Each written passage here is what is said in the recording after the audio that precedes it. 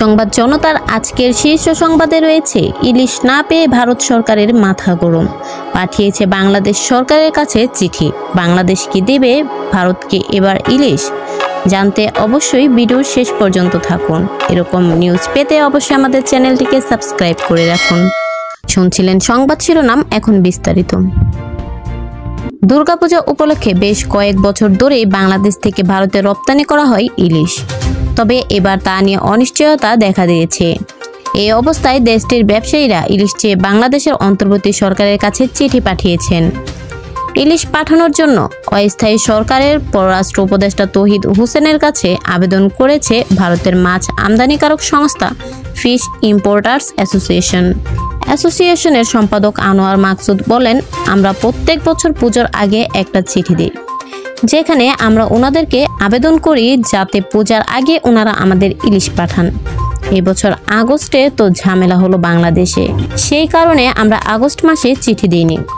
এখন অন্তর্বর্তী সরকার দায়িত্ব নিয়েছে, সবকিছু এখন স্বাভাবিকের দিকে এগোচ্ছে বলে আমরা গত 9 সেপ্টেম্বরে একটা আবেদন করেছি।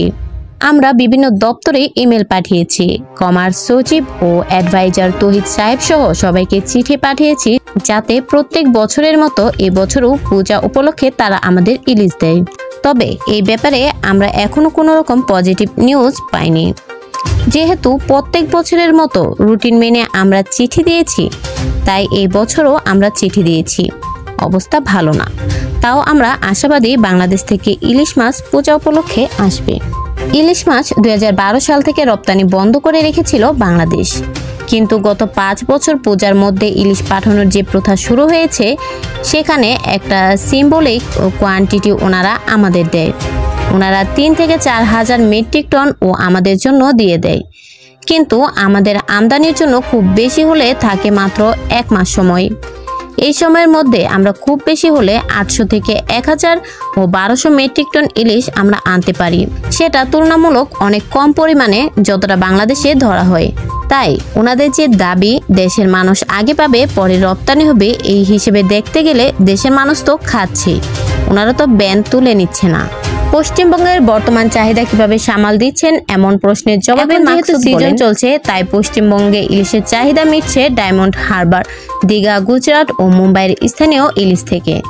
যদি স্থানীয়ভাবে ইলিশ ধরা পড়ছে খুব কম, চাহিদার বড় অংশ মেটাচ্ছে মিয়ানমার থেকে আমদানি করা ইলিশ।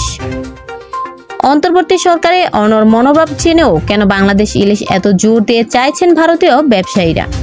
এমন প্রশ্নের জবাবে আনোয়ার মাকসুদ বলেন, বাংলাদেশের ইলিশ না আসায় বাজারে ইতোমধ্যেই চাহিদা সৃষ্টি হয়েছে, ফলে দামও কিছুটা বেশি আছে।